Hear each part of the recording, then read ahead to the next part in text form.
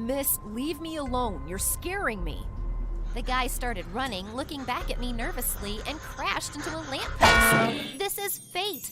I don't know where you came from, but now you're my crush. I almost caught up with him, but the fool ran away again.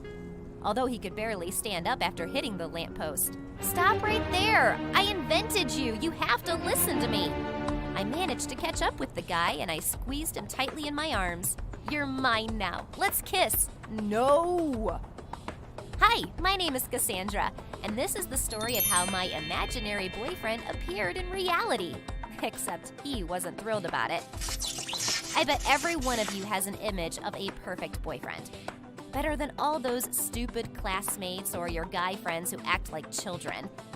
But my imaginary crush is out of this world. Let me tell you about it. I've never had much luck with real guys. At first, I was a typical nerd and no one liked me. It wasn't until I was 16 that I realized I couldn't go on like this. I changed my appearance, I started wearing makeup, I even pulled some tricks to get the guy's attention. Except I didn't have any girlfriends back then, and no one could warn me that I didn't look very good. Good thing I found out for myself when I went to PE class in my new look. I wore my older sister's top. I stuffed cotton balls beneath it to make myself look even prettier. I even did my makeup for PE class. Ugh, idiot. At the beginning of class, I enjoyed watching the guys' reactions, and the girls in my class were unpleasantly surprised. I mean, they were ready to tear me apart with envy. But they didn't have to do anything because I screwed everything up myself. My foundation was dripping with sweat, my hair was all messed up, and the cotton balls fell out when I jumped for the ball. The boys laughed so hard, they even woke up the gym teacher. He stopped the lesson, but he couldn't get the kids to calm down. They were hysterical. And I ran home in tears. Now I'm a real loser. And it's all because of the guys. Ugh, I hate them. They're all jerks. My high school life turned into a nightmare. Guys were always giving me advice on what else to put under my shirt to look like a girl. And the girls made fun of me even more, finding me all kinds of freaks on dating sites and sending them a link to my social media accounts. And on the day I got really sick of it all, he appeared in my head. Perfect Crush Caleb, straight out of the Netflix series. I imagined him comforting me, treating me nicely, complimenting me. I just loved daydreaming and imagining my boyfriend in detail. And he was so real to me that I decided to pretend he really exists.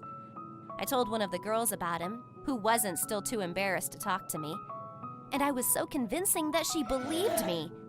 Everyone started talking to me, and Gloria even agreed to be my friend. Now I was like everyone else, because I had a boyfriend. You're going to say I'm out of my mind. And you'd be right. But I didn't care. I had my favorite Caleb. Cass, you are so lucky. Gloria listened to my dating stories with excitement. Where did you find such a perfect guy? I would give anything for a guy like that. Oh, Gloria, it was destiny. I was walking out at night and I got caught in the rain. The road was wet and I got hit by a car. I flew right into a pack of angry dogs, which belonged to a dangerous criminal. He, by the way, is being chased by the intelligence agencies all over the world. I couldn't get up, and the criminal wanted to capture me, to do terrible experiments on me in his secret laboratory. What happened next? Gloria clenched her glass, and then Caleb showed up. Like a lion, he scattered the vicious dogs and disarmed the criminal. Wow, how did he even end up there? Gloria opened her mouth in surprise. I can't tell you, it's a state secret. He won't tell me himself. Anyway, and then he took us by helicopter to his mansion and he cooked us a fancy dinner. He cooked it himself? Yeah, he's cool and he lives on his own already. A little later, we sat in the hot tub and then he played me a song on the piano that he had composed. And then Caleb took me home and gave me a book he'd written. Joan Rowling herself thought his novel was great. There you go. With every word I said, I fell more and more in love with Caleb. He seemed so cool. I was ready to make a deal with a higher power just to make him real. I especially wished for it when the girls became suspicious that Caleb didn't exist. I don't know what made them doubt it. Maybe the story about how he was on a TV show and said he was going to help me become an actress too. Or that he would soon be on the Forbes list and that he was going to buy me a house by the sea.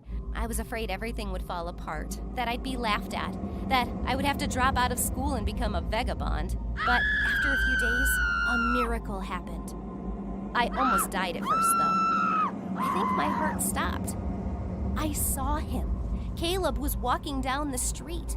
I ran after him, screaming, and he started running down the street away from me. Well, that's where my story began. Unfortunately, he managed to escape. Of course he did. He's so strong. However, I wasn't about to give up.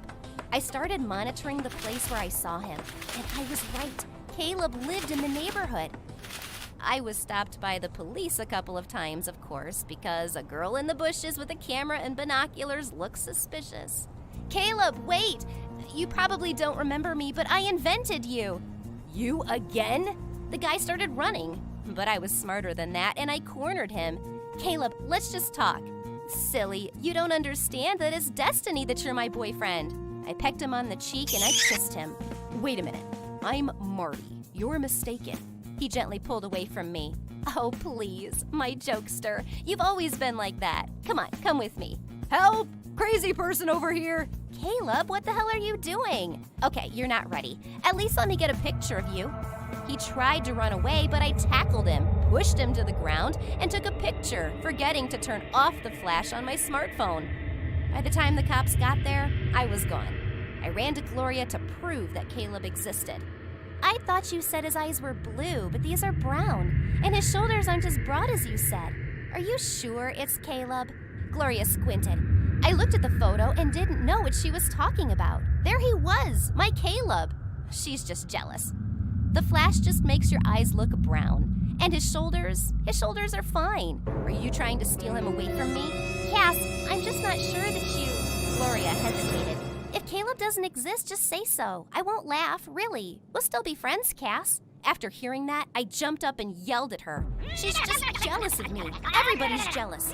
I was a loser without a boyfriend, and now I have a real prince. It's okay, I'll show them all. I'll bring Caleb to them. I'll make them cry their eyes out. I spent a long time planning and following the movements of my prince. As I watched him, I fell more and more in love, especially when I saw him helping homeless animals. Strange, I did not imagine that about him. Well, never mind. So, when no one was around, I ran up to him. I cuffed myself to the guy's hand with plastic handcuffs. Caleb, don't run. Look, I love you. You came to this world for me. Please come with me. I want to prove to my friends that you're real. The boy looked around, but there was no one there. He had to obey. And all the way there, I told them about how we met, how he courted me, so he'd finally remember everything. Apparently, when Caleb transitioned from my dreams into reality, he forgot all about it. I was lucky. Gloria wasn't alone, but with her friends. Oh, great. Everyone will see. Gloria, girls, this is my boyfriend, Caleb. I hugged him. Help me. The guy whispered and looked at Gloria. Caleb, how cool. Gloria giggled nervously. You are so lucky to have Cass. She's really nice. Marty, I haven't seen you in ages. Another girl came up to us. How's it going at the old school? Marty? Who is Marty? No. And that's when my illusion shattered. My perfect Caleb was gone, and the unpleasant reality took over. Marty was a lot like Caleb, but he wasn't. And when I realized it, I screamed and ran away. I was acting like a crazy idiot. I was hitting on another guy. Oh, I should be in the nut house. I locked myself in my room and didn't answer anybody. Gloria texted me every hour for days on end. She called, but I didn't answer. After telling my mom I was sick, I didn't even go to school. I'm not going back. I will move to a desert island. I'm going to live there, take my volleyball with me, and call him Caleb. A few days later, I heard a knock on the door. I wasn't going to answer it, but Mom let the guests in. Gloria came in first, followed by... Marty? You need to talk. I'll wait in the kitchen. Gloria smiled and left. I'm sorry, I fidgeted. I'm crazy. Marty came closer and took my hand. The guy admitted that at first he wanted to forget about me forever, thinking I was the crazy girl in town. But Gloria talked to him. She told him about what I'd been through in high school and that only an imaginary boyfriend, Caleb, was able to get me back to normal. Truth is, I was so delusional that I fell in love with him. And then I saw Caleb in Marty. They didn't treat you right. Marty put his arm around my shoulders. And they shouldn't have done that. You're very sweet. Me? Sweet? Wait, you're my imagination again, aren't you? No, I'm real. Marty smiled. Gloria and I will be there for you, and I won't let you get hurt. I've been bullied at school myself. You? You're so cool, I blushed. I was a loser for a long time, and then I realized that nothing was going to change until I changed myself. Marty, despite all my actions, offered to be my friend. He and Gloria talked me into going back to school. Marty walked me to and from school, and he took care of a couple of my bullies. And suddenly everything changed. I wasn't afraid to go to school anymore. I was more confident. I had a makeover, and I wasn't embarrassed about my body. And I even noticed how guys started to look at me with interest. But I only needed the one. Marty and I started going out after school, hanging out together, and in a month, he told me that he was in love with me. And that's when I got my first real kiss with a guy, with my boyfriend. And it wasn't an imaginary prince who helped me, but my real friends did. Don't escape from your problems into a world of dreams.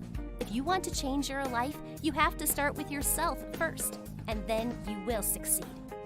Have you ever had an imaginary friend? Write your stories in the comments, like the video, and share it with your friends.